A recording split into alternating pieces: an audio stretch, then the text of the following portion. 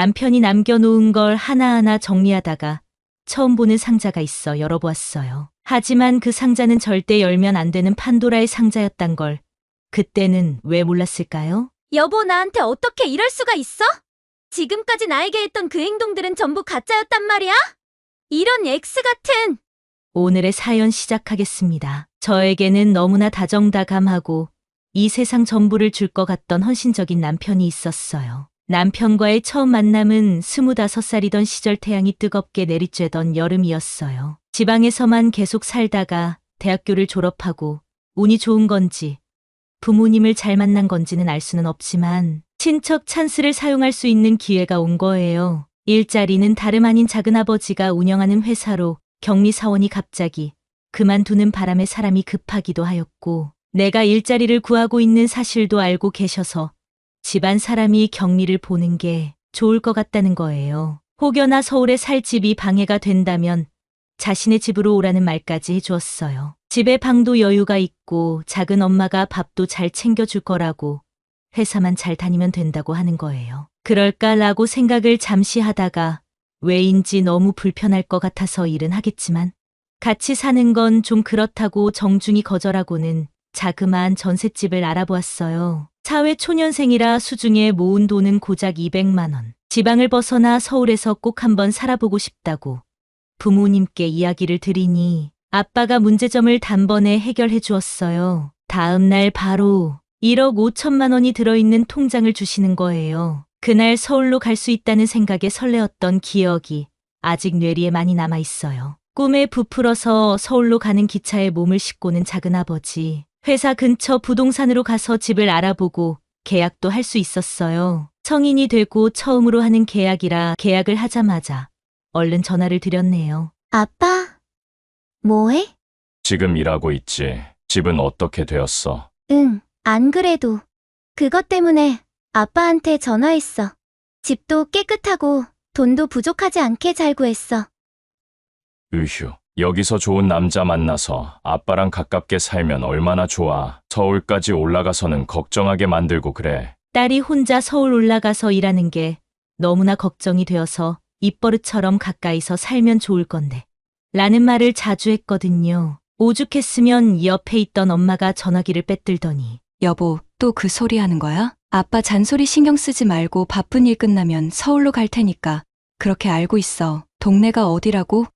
주소는 엄마한테 문자 넣어놓고 아빠가 말은 저렇게 해도 너 불편할까봐 이것저것 사라고 아침에 은행 문 열리자마자 돈 붙여놓았어. 엄마 아빠 갈 때까지 밥 잘 챙겨 먹고. 순간 밥 잘 챙겨 먹으라는 말 때문에 눈물이 핑 도는 거예요. 나오려는 눈물을 간신히 참고는 응, 알았어. 라고 대답한 후 전화를 끊으려고 하는데 아빠가 다시 전화를 건네받았어요. 계약서 확인은 꼼꼼히 잘한 거 맞지? 응. 집에 설정된 것도 하나도 없던데. 그럼 월요일 날 아침에 다른 거 하지 말고 동사무소 가서 전입하고 확정일자 받는 거 알지? 아이고, 우리 아빠 걱정도 팔자네요. 안 그래도 그러려고 했어요. 다 하고 연락할게요.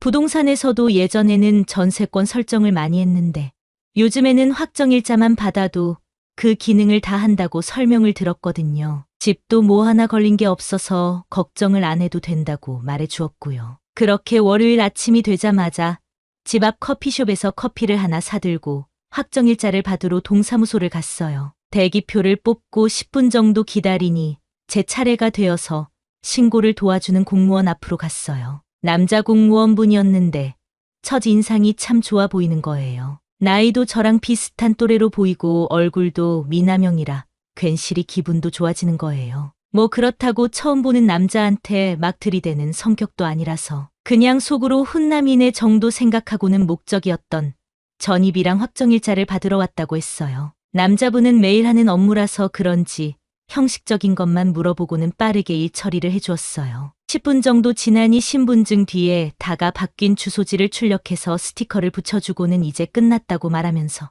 서류도 같이 건네줬어요. 받고는 일어서려고 하는데 순간 실수로 오면서 사온 커피를 앉아있는 남자 공무원분한테 전부 쏟은 거예요. 순식간에 일어난 일이라 피할 타이밍도 없이 남자분 남방이랑 바지가 커피에 젖어서 엉망이 되어 버린 거예요. 너무 당황해서 연신 죄송하다고 고개를 숙이고 사과를 드리니 남자분은 화가 날 법도 한데 도리어 저를 챙겨주시면서 괜찮다고 평소에 자기도 성격이 덤벙대어서 이런 경우가 생기기도 한다면서 되려 저를 안심시켜주는 거예요. 그래도 너무 미안해서 세탁비를 드리겠다고 하니까 여분의 옷도 차에 있다고 괜찮다고 하는 거예요. 사과를 하면서 주위를 둘러보니 이목이 너무 집중이 되어서 도망치듯이 인사를 하고는 나오게 되었네요. 처음 해보는 격리 업무와 혼자 서울 생활하는 게 너무 힘들어서 까맣게 잊고 살다가 저녁에 머리도 식힐 겸 산책을 하는데 앞쪽에 어디서 많이 본 듯한 남자가 걸어가는 거예요. 머리가 나빠서 그런지 바로는 생각이 안 나고 누구였지. 혼자 막 고민을 하는데 순간적으로 뇌리에 스쳐 지나가는 거예요. 아, 커피. 왜였을까요? 평소 성격이었으면 아는 척도 못하고 죄송했던 마음 때문에라도 슬그머니 도망을 갔을 건데 그날은 뭐에 이끌린 듯이 그 남자에게 다가가서는 저기요. 누구세요? 저 기억 안 나세요? 네, 어머. 정말 기억이 안 나시나요? 저 진상 민원인요. 혹시 커피? 네, 그날 확 엎어버린 진상이요. 그날은 정말 죄송했어요. 언제적 일인데 괜찮아요. 지금 어디 가시는 길인가 봐요? 아니요. 머리도 식힐 겸 산책 중이었어요. 스트레스를 많이 받는 일이 있나 보네요. 전 이제야 퇴근하는데. 혹시 지금 약속 있으세요? 네, 지난번에 실수한 거 사과도 드릴 겸 커피 한 잔 괜찮으신가 해서요. 그럼 그럴까요? 어떻게 보면 단순한 인연으로 만나서 대화를 나누는 자리였지만 저희 둘은 마치 오랫동안 알고 지낸 사이처럼 많은 대화를 나눌 수 있었어요. 정말 처음이었어요. 같이 있는 것만 해도 기분이 좋아지고 헤어지는 게 너무 아쉬워서 없는 말까지 꺼내가면서 이 순간을 놓치기 싫은 사람이요. 어느덧 시간은 밤 10시가 지나가고 그 남자도 저랑 같은 생각이었는지 혹시 와인 좋아하세요? 와인요? 어떻게 먹는지 잘 모르는데 경험은 하고 싶어요. 그럼 제가 가는 와인바가 있는데 거기로 2차 가실래요? 그 남자의 권유에 속으로는 엄청 기뻤어요. 정말 그날은 그렇게 헤어지기 싫었거든요. 와인바에 도착해서 그 남자는 평소 자신이 좋아하는 와인이라며 술을 주문하고는 먹는 방법이랑 안주는 종류에 따라 변화를 주면 좋다고 말하며 이것저것 알려주면서 같이 술을 즐겼어요. 와인은 처음이라서 그런지 취기가 금방 올라와서는 나도 모르게 그 남자에게 머리를 기대었어요. 어깨에 기대어 있는 저를 지그시 쳐다보더니 그의 입술이 천천히 다가와서는 입맞춤을 해주었어요. 너무나 설레는 마음에 어찌할 바를 몰라서 그 남자에게 귓속말로 속삭이게 되었어요. 우리 나가요.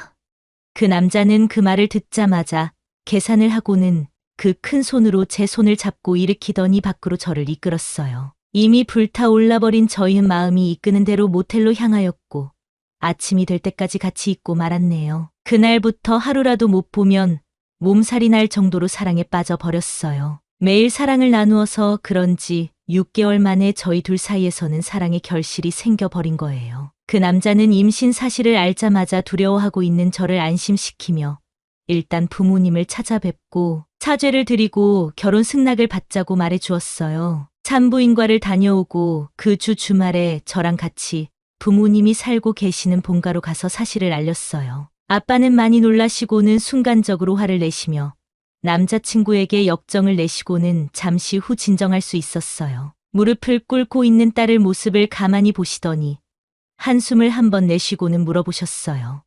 딸아, 아빠의 허락은 중요한 게 아니야. 난 너만 행복하면 되는 거야. 후회가 없다면 아빠는 괜찮단다. 아빠의 한마디 한마디가 저를 얼마나 사랑하는지 알 수 있어서 너무나 눈물이 나왔어요. 부모님이 허락하시고 난 다음부터는 일사천리로 진행되었어요. 양가 부모님들은 배가 불러오기 전에 결혼식을 올리는 게 좋을 것 같다고 의견을 모으시고는 2달 후에 축복을 받으면서 저희는 부부가 되었어요. 정말이지 행복했어요. 그의 너무나 이쁜 아들이 태어났고 신랑은 어찌나 저한테 잘해주는지. 낮에 마트 가서 장이라도 보려고 하면 전화가 와서는 자기 퇴근하면 같이 가자고 이야기해 주었고요. 애가 태어나고 낮과 밤이 바뀐 생활을 하면서 힘들어하는 모습을 보일 때마다 연차나 반차까지 써가면서 밀린 잠. 좀 자라고 자기가 애 보고 있으면 된다고 해주었어요. 그렇다고 남편이 평일에 애를 안 봐주는 것도 아니에요. 새벽에 아기가 배고프다고 울음을 터뜨리면 제일 먼저 일어나서 분유를 태워주던 남자였어요. 처가 부모님한테도 어찌나 잘하는지 1년에 한두 번은 국내나 해외여행을 저랑 부모님을 같이 보내주기도 했어요. 결혼한 지 15년이 될 동안 정말 내가 이런 행복을 느껴도 될까 싶을 정도로 행복한 삶을 보내었네요. 하지만 불행은 한순간에 찾아온다고. 하루는 남편이 친구들이랑 술을 먹고 오겠다고 하는 거예요. 결혼 전에는 친구들이랑 시간도 많이 보내고 술자리도 많이 하던 남편이었지만 결혼을 하고는 가정에 충실했던 사람이라 술값까지 쥐어주며 시간을 보내고 오라고 했어요. 8시쯤 나간 남편은 중간중간 연락도 해오면서 술안주로 이걸 먹었는데 맛있더라. 지금 2차 가는 중. 뭐 이렇게 계속 문자를 보내길래 나 그만 신경 쓰고 재밌게 놀고 오라고 했네요. 남편이 들어오기 전에 잠들어 있으면 혹시나 섭섭해할까봐 휴대폰으로 인터넷을 하고 그것도 재미가 없어서 거실에 앉아 TV를 보고 있는데 휴대폰이 울렸어요. 당연히 남편이라고 생각하고는 살짝 투정이라도 부려볼까 마음먹으면서 휴대폰을 손으로 가져왔어요. 근데 이게 웬걸 전화가 온 사람은 남편 친구였어요. 여보세요? 좀 의아해하면서 전화를 받았지만 전혀 예상하지 못한 말들이 친구의 입에서 흘러나왔어요. 친구들끼리 술을 먹다가 남편이 편의점에 숙취 해소제를 사오겠다고 비틀거리면서 길을 건너다가 달려오는 차를 피하지 못하고 사고가 나 버렸다는 거예요. 그리고 이어서 나오는 말은 구급차가 도착해서 병원으로 이송되어 왔는데 남편이 숨을 안 쉰다고 하는 거예요. 마른 하늘의 날벼락도 아니고 이 상황이 도저히 이해가 되지 않는 거예요. 순간적으로 몸에서 힘이 쭉 빠져버리고 더 이상 버티지 못하고 그만 주저앉고 말았어요. 겨우 정신을 챙기고는 병원이 어디냐고 거짓말하지 말고 남편 바꾸라면서 울부짖었네요. 소리에 놀라서 아들도 방에서 뛰쳐나오고 주저앉아 있는 저에게 와서는 무슨 일이냐고 묻는 거예요. 아들이 충격을 받을 수도 있다는 생각에 엄마 지금 급하게 갈 곳이 있다 하고는 병원으로 향했네요. 병원에 도착해 보니 이미 남편은 세상을 떠나 있었어요. 남편만 의지하면서 인생을 살아왔었고 앞으로도 당연히 그렇게만 살 줄 알았던 저의 인생은 하루아침에 무너져 내렸어요. 한 사람의 인생이 얼마나 허무한 게 분명 전날까지도 웃으며 같이 있었던 남편이 지금은 장례식장에 누워 있다는 거예요. 그렇게 장례는 시작되었고 너무나 많은 지인들이 남편의 마지막 가는 길을 배웅해 주었어요. 발인 날 남편에게 마지막 인사를 하고 셋이 아닌 둘이 되어 집으로 돌아오게 되었네요. 남편을 보내고 집으로 돌아와서 문을 여는데 매번 따뜻하게만 느껴졌던 집이 차디찬 얼음집처럼 변해 있었어요. 그날은 마치 몸살이 온 것처럼 쓰러지듯이 누워서는 잠들었네요. 며칠 동안은 아무것도 하지 못하고 멍하니 보내었고 일주일쯤 지나니 아들이 먼저 다가와 방에 있는 저에게 말해주었어요. 아들은 저에게 다가와서 손을 꼭 잡으며 엄마, 이제는 아빠를 보내주자. 엄마한테는 나도 있고 걱정해주시는 할머니, 할아버지도 있으니까 힘내서 이겨보자. 그렇게 말하고 꼭 안아주는데 그날 아들 품에 안겨서 펑펑 울었네요. 다음 날 용기를 내어서 남편 물품들을 조금씩 정리하기 시작했어요. 물품들을 보는데 지난날 같이 보냈던 추억들이 머릿속을 스쳐 지나가기 시작했어요. 나도 모르게 흐르는 눈물을 훔치며 하나하나 버릴 것들을 상자에 담기 시작했어요. 어느 정도 남편의 물품들을 정리를 끝내고 방을 나가려다가 책장 위에 놓여있는 상자 하나가 눈에 들어오는 거예요. 그때는 전혀 예상하지 못했네요. 판도라의 상자가 열린다는 사실을요. 조심스럽게 상자를 내려서 열어보니 거기에는 노트북 하나가 들어있는 거예요. 언제 남편이 노트북을 샀었나? 나랑은 같이 가서 산 기억이 없는데 이게 왜 있지? 뭐 이런 생각을 하면서 전원을 눌러보았어요. 깨끗한 바탕 화면에 뭐 특별한 거는 안 보이고 잠시 이것저것 만져보니 노트북 속도도 나쁘지 않고 아들한테 주면 좋을 것 같다는 생각이 드는 거예요. 아들한테 주려면 남편이 남긴 파일이나 업무에 썼던 것들이 있으면 지우려는 생각에 폴더들 여기저기 들어가는데 이상한 폴더명들이 있는 거예요. 사람의 이름을 적어 놓은 폴더가 2개가 있었고 그 안에는 또 3분에서 폴더들이 나누어져 있는 거예요. 야외에서, 차에서, 여행지에서, 색다른 포즈, 놀이터에서 뭐 이런 식으로 나누어져 있었고 사람 이름이 적혀 있는 각 폴더마다 이렇게 나누어져 있었어요. 거기서 멈췄어야 했을까요? 이미 떠나버린 사람인데. 하지만 전 결국 판도라의 상자를 열어버리고 말았어요. 폴더 안에는 사진들과 영상들이 있었는데 지금껏 저한테 믿음과 사랑을 주는 남편이 아닌 전혀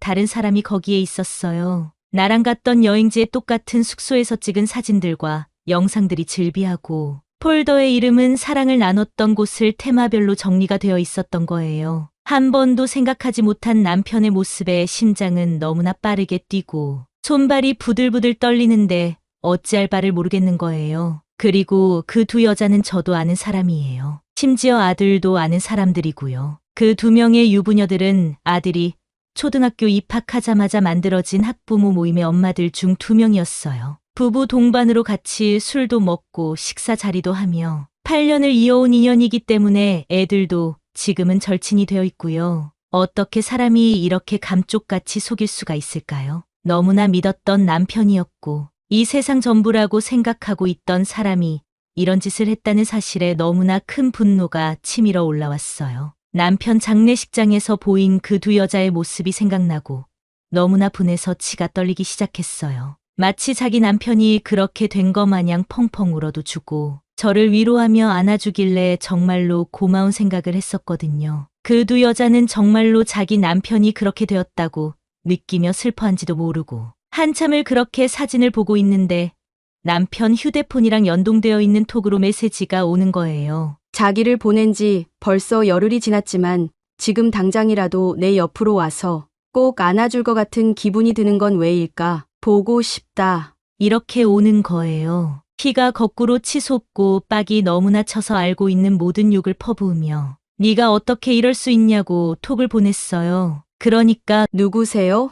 이러는 거예요. 나라고 대답하고 지금 전화할 테니 받으라고 보내고 전화를 걸었어요. 안 받더군요. 아는 사람은 알 거예요. 퍼부어야 되는데 상대 쪽 사람이 피하면 더욱 분노가 치솟아서 눈이 돌아간다는 거려. 전 문자로 지금 내가 있는 집으로 오지 않으면 너희 집으로 찾아가서 너가 찍혀있는 영상을 당장 남편에게 보여주겠다고 톡을 보냈어요. 나머지 1명의 여자한테는 전화도 안 하고 영상 하나를 첨부해서 똑같이 적어서 보냈네요. 잠시 후 첫 번째 톡을 보냈던 여자가 얼굴이 잔뜩 상기된 채로 도착했어요. 전 그 여자가 집에 도착하자마자 팔을 끌어당겨서 현관문을 닫고는 야, 이 XXX야. 너가 어떻게 나한테 이럴 수 있는 거야?